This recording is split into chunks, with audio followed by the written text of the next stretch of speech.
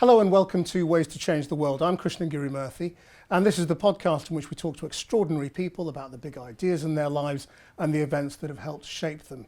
We're in a swanky Soho hotel today on location to talk to one of the greatest musicians of the modern age. Dave Stewart is perhaps best known for Eurythmics, but he's had a whole career and lifetime of writing, producing, making music with the biggest stars of the age. And he's brought out a new album called Ebony McQueen, which is based on the story of his own life. Dave Stewart, welcome to Ways to Change the World.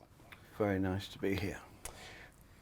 Why did you want to do an album which reveals so much of yourself and your own backstory? Well, you know, I went to Sunderland, my hometown, about 3 years ago. And 2 years before that, I played a kind of homecoming gig at Sunderland Empire. And I would drive around and go to the old streets where I would play football, and my dad's house where I was born, and which actually the cover is taken in the brick wall outside on the back street of my dad's house.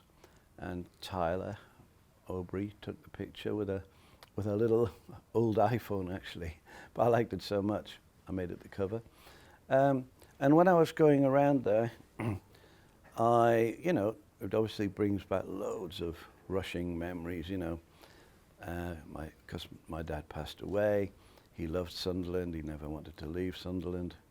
And then I went back again just before the pandemic, and I went and said, let's pop into my old school when I was 5, where I started. And I went in there and sat right in the seat where I sat on the first day of school when I was 5 years old. And then I went into the next school and I just basically went to all these places where my dad wanted to go every Sunday. And then I went to play a gig at the Royal Festival Hall, went back to America, and all of a sudden all hell broke loose with the pandemic. So I just had all of that sort of memory input. And so during the pandemic, I was riding down on a bicycle towards my house, and I just met somebody, and this whole song popped in my head, and it unleashed a library of songs that had been stored probably in the back of my mind. Not songs, but the ideas for songs, and they poured out. And so each one was talking about what had really happened. How did I really get into music? Where was the beginning of this whole thing that's led me all the way to here? And then I realized what it was, and it all was down to this one vinyl record I put on. And until that point, I was 13 and a half at that time, I'd never really put on a record. I never listened to music. I wasn't interested in music. I just wanted to play football for Sunderland, like every kid in Sunderland. And my knee was broken. And now this is the big part of it, was that I remembered, and maybe sometimes you either block things out or you don't think of them in the same way as when you were younger, because when you're younger you can't really put it into context. You can't really analyze it. But my knee was broken. My mum was leaving my dad and went to London and moved away. My brother went to college. My dad was depressed and was going to work. And there I was in an empty house on my own. So That's a lot of reasons for the blues. Yeah, a lot of reasons for the blues. Good title. I'm stealing it, and you're not getting any royalties. Anyway, so I put this record on, and it was a blues album sent from my cousin in Memphis, and I didn't even know what it was. I put it on, and it was Robert Johnson, King of the Delta Blues Singers, which is very sort of recorded in a hotel room, probably, really early blues record. And it sounded like something from outer space. It was his wailing voice and the guitar. So I sat on my sofa in my dad's house, on his sofa, and I went to a kind of trance till the thing finished, you know. And I picked it up and I put it in the cover, and I was looking at it, and I put it under my bed. I think I'm gonna work this out later. And so what happened then was my mind started to sort of analyze everything, and then I looked at it again and I thought, okay, this is music. So I went in the kitchen and put the radio on, which I never did. Now, I was 14 and it was 1966. So when you put the radio on then, it was mind-blowing, you know, the Beatles and the Kinks and the Who and the Rolling Stones, and I, for the first time, took it in, but like an avalanche into my mind. It wasn't like bits and pieces. It was like, boom. So you hadn't been listening to music growing up? No. Consciously? Consciously. I mean, you must have been taking it in. Well, later on, when I was in my 30s, early 30s, and Eurythmics were beginning to become pretty huge, I was always wanting to do very strange arrangements and all that. And then I realized, yeah, because my dad would play on his record player. He only had like Rodgers and Hammerstein musicals. So when I was about 5 and 6, he would put on the record in the morning, and we'd like wake up and he's singing, you know, something from The King and I or South Pacific. And I just took that in as part of, you know, the ritual of the morning breakfast. But later on I realized those Rodgers and Hammerstein string arrangements and, you know, from their songs, all the complicated way that they put songs together that was telling a story, had sunk in. So on this opening song, Ebony McQueen, I put it all in. I put in the influence of the radio, and then I put in the influence of big orchestrations, and I even put at the end kids cheering and running up the street, and the sort of brass band like the Easington Colliery Band, which is a band that they were like sort of brass bands made in the coal mining districts, you know. And I put it all together on the outro section, and that's the opening of the record. So who is Ebony McQueen? What does she represent? Well, the blues affected me so much that I actually made a film called Deep Blues in 1990, and it came out in 1991, and we just released it on Blu-ray as a 30th anniversary. But I went to Mississippi Delta, and we went and found with my brother actually, and we went and found blues players that were still playing authentic blues and might be, you know, 70 or 80 years old by then. And we made this great documentary with Robert Palmer, who was a journalist for Rolling Stone and New York Times, and Robert Muggy, great director. And we captured, just before it disappeared, all of these incredible players, Jessie May Hemphill, and just artists that most people had probably never heard of, you know, Booba Barnes and people like that, and just incredible people who'd never really moved from what they were doing for like 50, 60, 70 years, and they were still doing it in the same place. So you go into a little juke joint in the middle of nowhere, and then you go Junior Kimbrough playing the guitar. Sounds like the strings hadn't been changed for 50 years, with a great sound, singing the same kind of music. And in the film we went to the root of it. So we went in the fields, and the root of blues music is interesting because they were playing it on a bamboo kind of little whistle and a drum. There was no guitars or anything. And it was just a way of them expressing the pain that they'd experienced being brought over from Africa and put into slavery, and that was their only kind of relief. And so for me, what Ebony McQueen, this fictitious voodoo blues queen, represented was the embodiment of all of that. And she is the one that recognized that people can have the blues all over the world. They just don't know what it is. So back then, you know, nobody talked about PTSD or anxiety or anything like that. Things like this happened, you know, parents broke up, you're stuck in the house. It could, all over the world, like people have different problems. But back then, nobody talked about them. And up in the Northeast, you definitely didn't talk about them, you know. So I was quite sort of a sensitive person, and I didn't know that I could put all of that sensitivity and blues feeling into music, because I wasn't interested in music. But soon as I realized that's what I could do, I did the 10,000 hours, you know, playing the guitar every day for like 10 hours a day. My dad got really worried, took me to the doctor, because he thought one side of my chest had pressed in from pressing the guitar against it. And he just thought it was unnatural, you know, to be doing that for 10 hours a day. And I just wanted to learn everything. So anything that came on the radio, I just sat in the kitchen. I couldn't move because I had my leg in plaster, and I just tried to work it out like this. See, I didn't know how to tune a guitar or anything.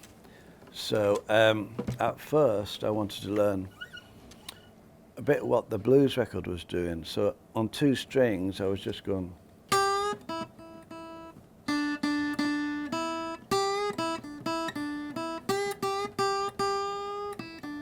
You know, that's all I could do, and I would do that for hours and hours and hours. And then I could do a little bit with the rhythm without knowing a chord. But you see, R.L. Burnside, lots of the blues players, they didn't actually change chords. They, you know, this is a Western way of doing it, or I don't know, a white person's way of playing the blues in England or America. It was more like.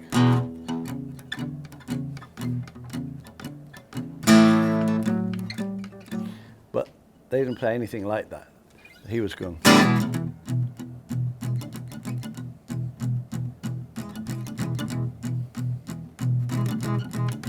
Then they'd stop, and then they'd sing something, and then go back to it.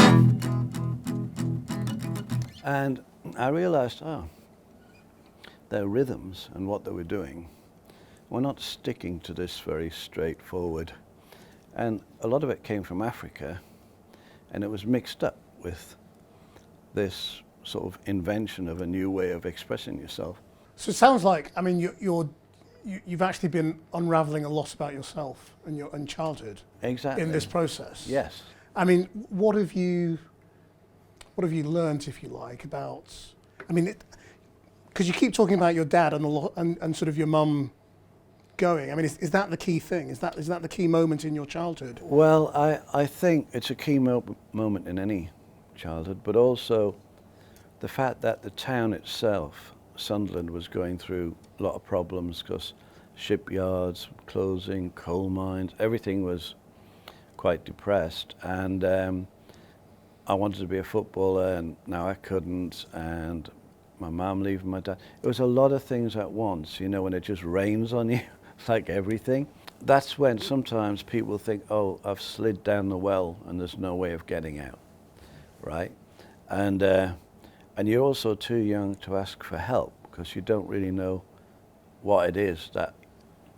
So that's why I'm writing about that moment in time, but how from that moment in time there was an epiphany, and that happened, that changed my life forever, and not only took me out of the depressed state, but then you know, I ended up being a musician for the rest of my life and still loving it to this day. You know, I work with lots of young artists nobody's heard of, and well-known artists, but I don't look at the difference between any of them. I'm just very excited about music and its possibilities and possibility to change things through music, you know. And have you worked out what it is about music that brings you out of the blues or helps you process it? Well, the thing about music that helps me I think it's the same thing that helps a lot of people. That's why they go to concerts, and that's why, you see, music has become almost like wallpaper, like a background to everything.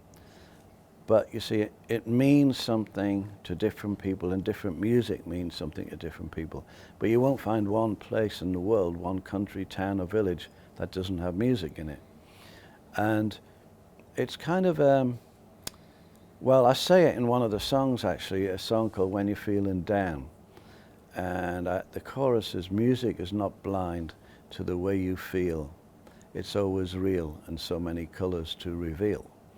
Right, so that's why there's such a massive amount of fans of dark, so heavy music, and then, you know, massive fans of very light and sort of meditational music, and then there's fans of pop music and dance music. So much music that helps and heals lots of things, even if it's people on the weekend want to go out and just let go because it's been so constraint, you know, or whatever they're doing in their job has just been making them go crazy, which is probably most people in most jobs. But there's also this spiritual element, you know, so people go to concerts, and if they love certain singer-songwriters, they go deep into the lyrics and deep into the music, and they come out feeling, I don't know, it's a bit like what, you know, going in the sea and putting your head under and coming up again. It's kind of like refreshed. Now, it doesn't solve possibly things, you know, the puzzles that people have internally, but it definitely makes people look at them, and that's why they say some people just like relate completely to this David Bowie or whoever, Maggie Rogers or, you know, Harry Styles or whoever it is. At a certain point in your life, often when you're a teenager, you just think, oh my God, this person's saying exactly how I feel. Now for me, it was Bob Dylan, you know, and the Beatles sometimes, but Bob Dylan, who I discovered very quickly after the blues record, because my brother had bought the first Bob Dylan album, and I put it on and I realized he was kind of playing the blues a bit. When I read the lyrics, they were incredible, you know, and they were talking about all sorts of injustices. So anyway, talking about music, I'd go on forever, but it has so many uses and so many meanings. But you managed, I mean, you described very well how you sort of were instantly addicted to learning the guitar. But then you managed to get into the industry as a teenager. I mean, how did you do that? Yeah, well, you see, when I was learning the guitar, I did a very funny thing actually. When I look back on it, and this bit's in the movie as well, it's like, you see, I was thinking to myself, well, okay, I've learned how to play something, and I actually wrote a song. I thought, wow, I've written a song, like, what do I do with it? And I thought, I'd been listening to radio, I thought, oh, I looked in the telephone book, looked for radio, and there was a thing called Radio Durham came up, so I just called them up. And I said, hello, this is Dave Stewart here from Sunderland, and I've written a song. And I quickly put the phone on the desk and sang the song down the phone. And then I picked it up, and the woman said, that was lovely, Pep, but I'm just the receptionist. And so I said, well, here's the number if they want to call me back. Now, this is so sort of like naive, but a week later, my dad's sitting in the living room, we had beans on toast, watching the TV, and the phone rang. Me and my dad jumped, you know, never usually rings. My dad went and answered it, and he came in looking confused and said, Radio Durham on the phone for you? And so they thought it was an interesting story that I'd done that, and so they invited me to play on Radio Durham. So that was the beginning. Because you then had this period where you were living in London and before Eurythmics' success. So what was all that period? It was a long time. It was 10 years or so, wasn't it? I mean, Well, no, not really. See, at about 19 to, we made 2 albums as this band, Long Dancer, over a period of about 3 years. So when I was about 23 or 22, we disbanded. And I just thought, well, that was it. That was the music business. So now what do I do? And I worked in Camden Lock. I was one of the first stalls, along with another guy. I bumped into a friend who had another stall at the market. So he said, I met this girl, you know, and she plays the harmonium and sings. And she works in this, like, health food restaurant. And do you want to meet her? And I said, okay. So we drove there. It was about 6:30. And she was really at the Royal Academy of Music, and she was trying to make some money on the side. She had nothing really. And that was Annie, and she was 21. So I was 24, I think. And she came outside the shop because I'd been sort of steaming up the window and write I love you backwards and things like that, because the owner wouldn't let us in. So I think I'd had my hair dyed spiky turquoise or something. And Annie came out and she was really annoyed, and she was like, you nearly got me the sack. What's going on? But we actually, from the minute we met, that day we moved in together and lived together for about 4 years. And then we separated, and then we formed Eurythmics. what did you see in her? Well, I think what we saw in each other was an instant sort of understanding of, Annie and I talked about this the other week, it was like a kind of just an understanding of who this person was and how we were both alienated in a sort of, I don't know what you call, like the reality of the world that's been created for everybody, yet we had this massive connection and common sort of bond about this other sort of reality that involves music and a way of thinking, you know. So tell me, how did you go from this and your blues background and all the music you'd grown up listening to and you were playing to a synth pop act? That's interesting, because you see, we made an album called In the Garden, which is very sort of, well, it's all of our music has this kind of dystopian kind of feeling or lyrics sneaked into it, right? So the first album was very like that, and it had, you know, guitars, bass, drums, and some other weird sounds. I made it in Germany. But the second album, by then, I really wanted to sort of, and Annie agreed, to do it, you know, with our own little tiny studio. So at first I started in my bedroom with hardly anything, a little 4-track cassette player and one tiny synthesizer and a drum machine, and started to make the basis of the Sweet Dreams album. And then we went and managed to get a whole little studio set up for, like, borrowed it from the bank manager. I think it was £4,800 to get everything. And we made the Sweet Dreams album. But you see, Sweet Dreams is a blues song. It actually, you know, when I was showing you that rhythm, you know how Sweet Dreams just goes round and round with this repeated thing? And then the song was actually, again, another sort of dark view of the world. It's really saying, is this what sweet dreams are made of? You know, some of them want to use you, some of them want to be used by you, some of them want to abuse you, some of them want to be abused. It's a very sort of dark song, but it sounds very urgent, and it has a sort of, from the downbeat of the boom at the beginning, it makes people sort of react. So music is making people react without even any words. It's one of the most uplifting songs of the last 40 years. Well, that's the weird thing. You see, it's still everywhere all the time, and just nearly every EDM festival that now has somebody at one point has done a remix, or they're playing it at midnight and everybody's going crazy. And it has that weird juxtaposition of an uplifting feeling, but if you were to read the lyrics, it has a kind of a sort of a dark view of what's happening in society. Are you able to illustrate on the guitar at all how Sweet Dreams is a blues song? Is that, yeah. Well, it's just going around the same thing all the time. And that's why if you slow it down, this is a different key to Sweet Dreams, but if you go to just...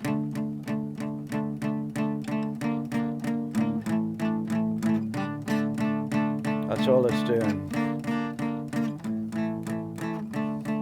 So you could go, if you did, if you went up there.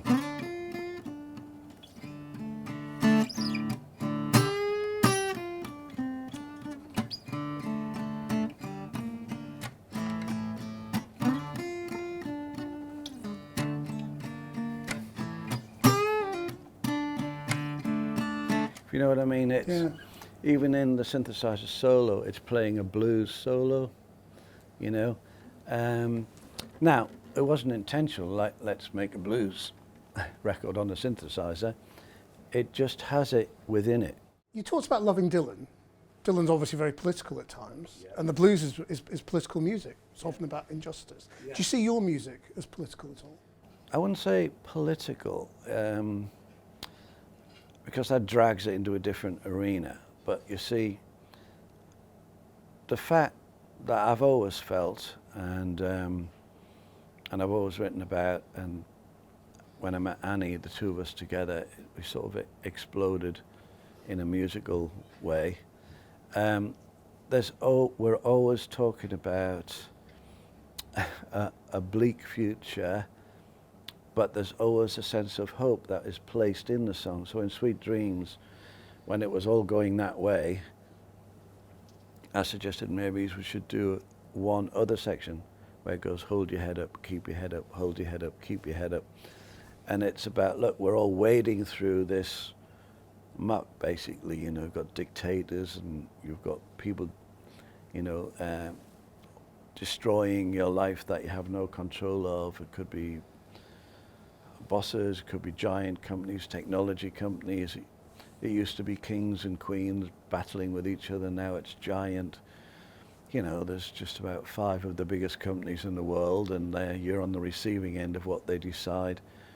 So, always describing that, you know, is part of what I like to do. Not to say, and it should be like this. It's just, by the way, this is happening, you know? Do these times feel very familiar? They must do, mustn't they? I mean, even though you live in America here, I mean, you come to Britain, it must feel quite like the 70s and 80s. It is one of these periods of time where, you know, the world is in chaos again. I've seen it before.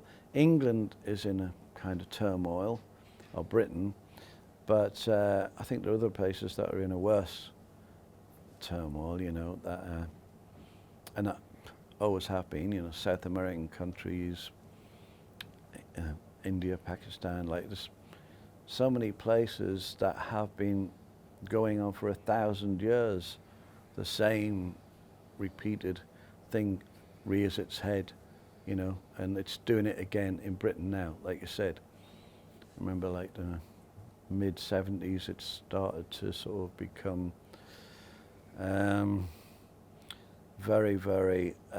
people were getting very, very anxious about their future, and then it was becoming obvious that actually we might not have a future, and then there was an outbreak in music. That's another great thing about music. Then suddenly the Sex Pistols come along, and the Clash, and lots of X-Ray Specs, and all these different bands talking from a different perspective, but really nailing problems and how the people felt, you know, not from big high towers. They taught them, you know, from where they are, from a council block or Finsbury Park or wherever it is. And do you think we're in a position now musically where that's a bit harder? Because we've gone through a period where music has been so manufactured, poppy, a bit empty often, in terms of soul. Mm-hmm. Perhaps we don't have that sort of baseline of where your generation were to emerge, to express what's going on. Well, I think it is there, but the thing is it's much harder to find it because there's so much coming out because of the access to technology, so all the streaming, Spotify's and people like that, and TikTok, so people can go on and 100,000 songs released a day or whatever, and so it kind of blurs everything and might be more difficult to find people who poke out like the Dylans or like the Clash or like whatever, but they do emerge, out of this. You and Annie, you had a personal relationship and a musical relationship. The personal relationship ended and the music relationship carried on, but then Eurythmics ended, sort of. How is it you were able to maintain, apparently without conflict, these relationships, or this relationship with Annie, which is both creative and personal? Yeah, it's very interesting. Obviously, Annie and I talked about that so much, especially when we were in Eurythmics and we were having massive success during the 80s. Nearly every interview would start with, so you two used to live together, how are you still doing this? Well, when we lived together, we didn't write one song. We didn't write one song each or together. And the Tourists, the band that had 3 albums, all the songs were written by a boy called Pete Coombs. We just played in the band. But we lived together, and when we lived together, we liked doing completely different things with each other, not, oh, let's go and write a song, because we're usually exhausted from the band and the touring, and we just like doing things like going to jumble sales and like, I don't know, meeting up with friends and like, so, but when the Tourists ended, it was so exhausting, ended in Australia, and we decided on a flight, weirdly enough, back from Australia to Britain, we should maybe live separately, because we'd been in each other's company constantly for like 4 years or something, and it almost became like folie à deux, like we would talk and we would know what we were talking about, and other people were like, what are they talking about? And so, but the funny thing was, Annie only moved upstairs. So I was downstairs, she was upstairs. But when I was noodling about in the bedroom with this little synthesizer, and I came across a feeling, I suppose it was, I was playing these synthesizer lines. I decided not to play the guitar. I never really thought about that, but it was a weird decision to do if you're a guitar player. I just said, I'm not going to play the guitar because I know how to play it, and it's going to lean me into like formulaic structures. So if I'm going to start writing songs now, I'm going to play something I don't know how to play at all, right? And so I started playing with a synthesizer and bass lines, and this was the beginning of the Sweet Dreams album.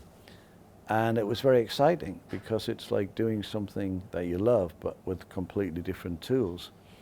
So I called Annie up when she was in her parents at Scotland for a couple of weeks, and I was, hey, listen to this, and I was playing it down the phone, a bit like Radio Durham.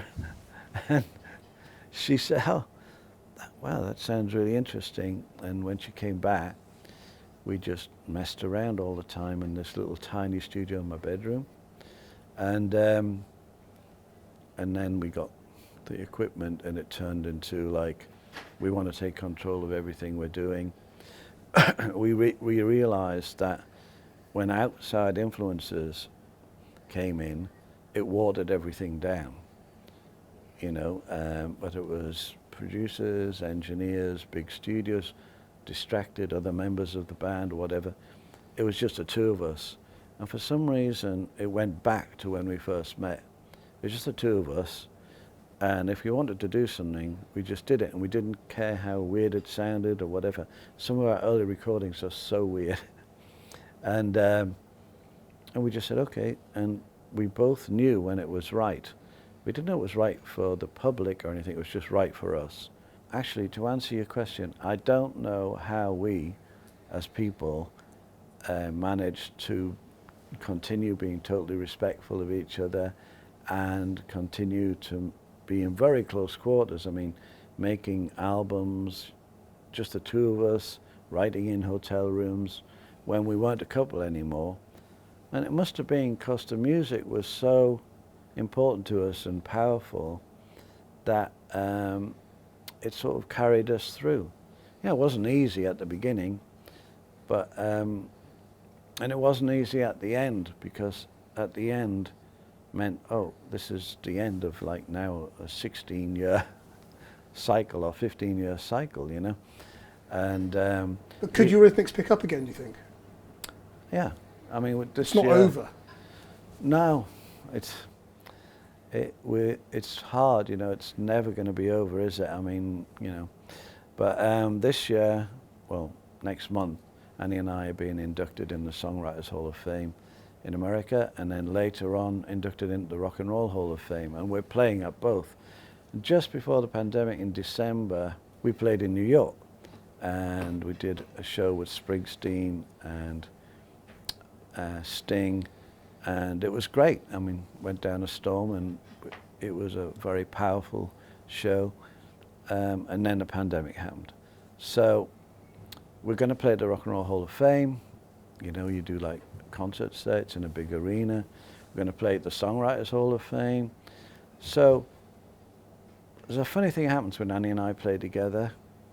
It's like 1 + 1 is 3, right? So even if we just stood together, one time we were doing a lot of sold-out shows in the Greek Theatre in Los Angeles. It's big sort of open-air theatre. And Jack Nicholson, who was a big fan, always wanted to be on the side of the stage. So we came off for our like second encore or whatever, and he said to Annie and I, you know what you should do? Go out and don't do anything. Just stand still, the two of you, and just don't do anything. And we were like, what? So we did, and we just stood still like this to look at the audience. The audience went from just cheering and jumping up. They went absolutely crazy of us just standing doing nothing. So well, he's a master of that, right? Just one eyebrow in The Shining or whatever. But there's some magic thing happens between us when we're stood together. Or we did a tour where I just played acoustic guitar and Annie sang. And this was to a lot of people, like 60,000, 100,000 people. We don't actually need a band, and sometimes we like having a band, but it's the emotion. You see, on a musical instrument, like a guitar, people think, oh, you strum a guitar like, right? But there's all sorts of emotions, you know, like if you play this kind of, or if you play, which is the opening of Here Comes the Rain.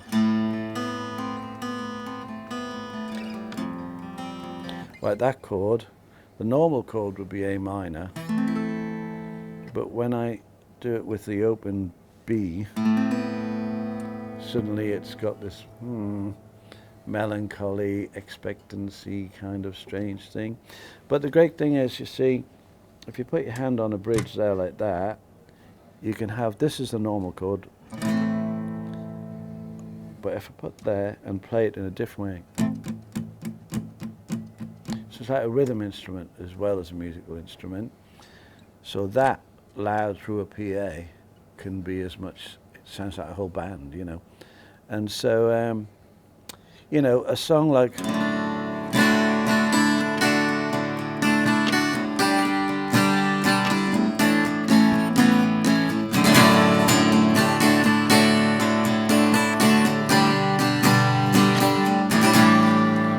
that's normal strumming, that's the opening of Thorn in My Side. But as I was saying, like Sweet Dreams, or it's more this one.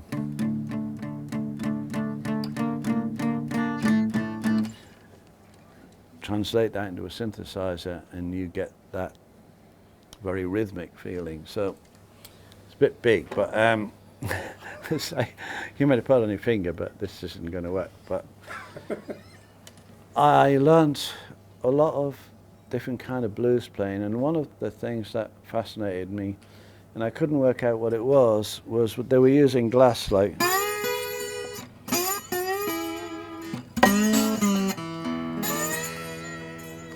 And in order to get that, I realized they were playing with some piece of glass, and it was they would break a bottle neck off. So I was in my dad's house, and I found out somebody was showing how to do something else. I thought, this might work. And I got string and went really fast around the bottleneck till it got hot, and then tapped it, and the bottleneck fell off. So then you could put it on your finger, and you could do all of this kind of a...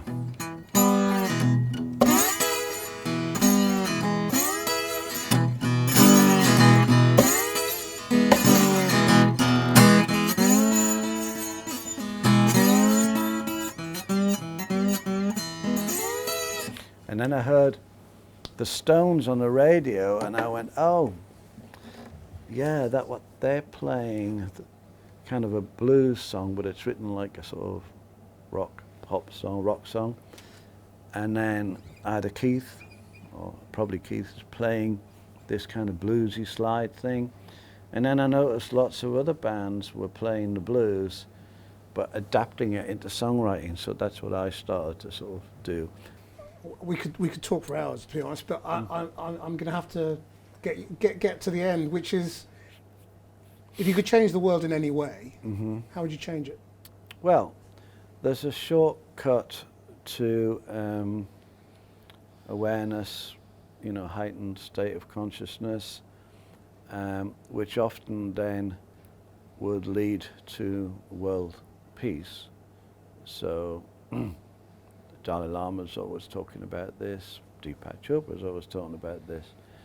If I could wave a magic wand, that would probably be the first thing, because without that, it's all going to be going on forever, and it has been going on forever. I mean, not that we can imagine various dictators and people suddenly going, oh, I think I'll take meditation lessons.